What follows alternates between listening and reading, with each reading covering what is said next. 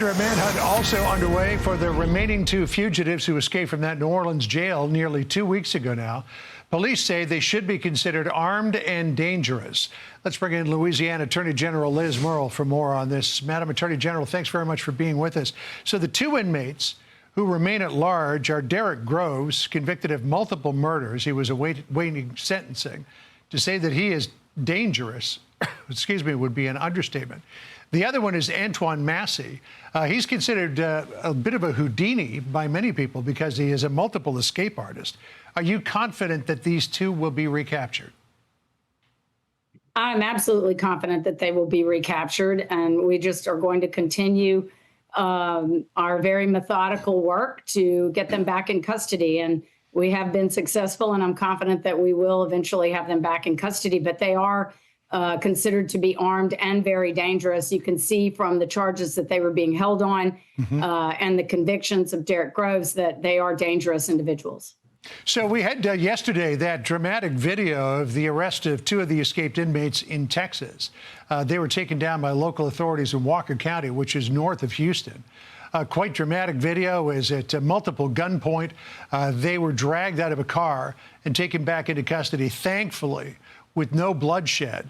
But the fact that they got a few hundred miles away, does that give you consideration that the two remaining fugitives may have gotten even further away, or do you think they could even still be hanging around Orleans Parish?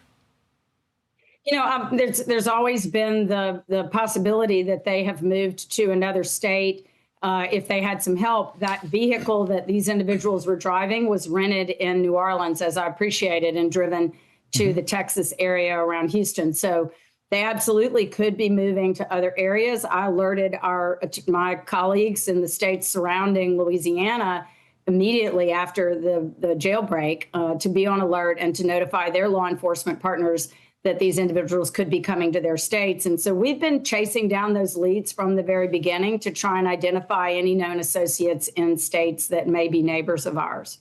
So a really interesting and I would also volunteer troubling aspect of all of this is that 14 people have been arrested so far for allegedly aiding and abetting the escape itself or the escapees.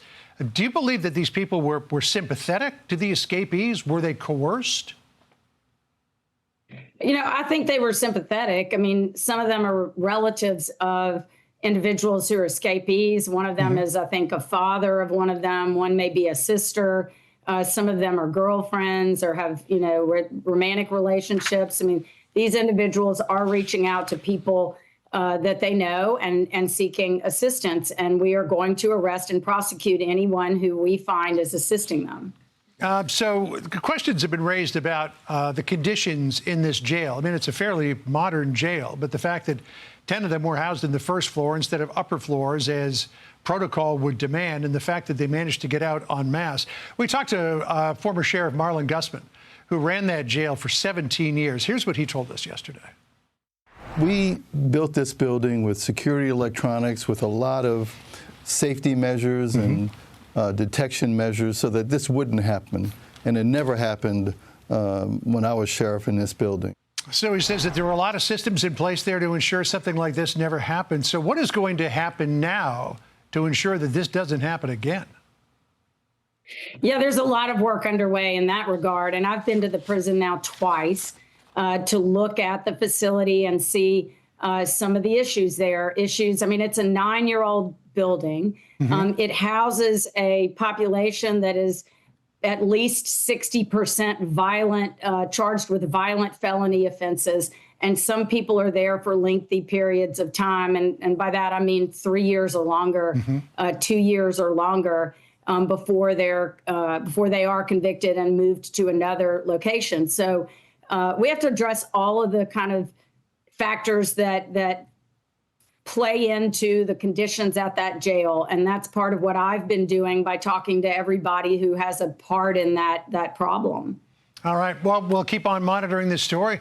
Hopefully the remaining two inmates will be caught without bloodshed, and we'll see what you do in terms of getting that jail back on track so that 10 people don't escape at any time in the near future. Thanks, John. We'll have recommendations this week, I expect. Excellent. Attorney General Liz Murrill, good to catch up with you. Thanks so much. Appreciate it.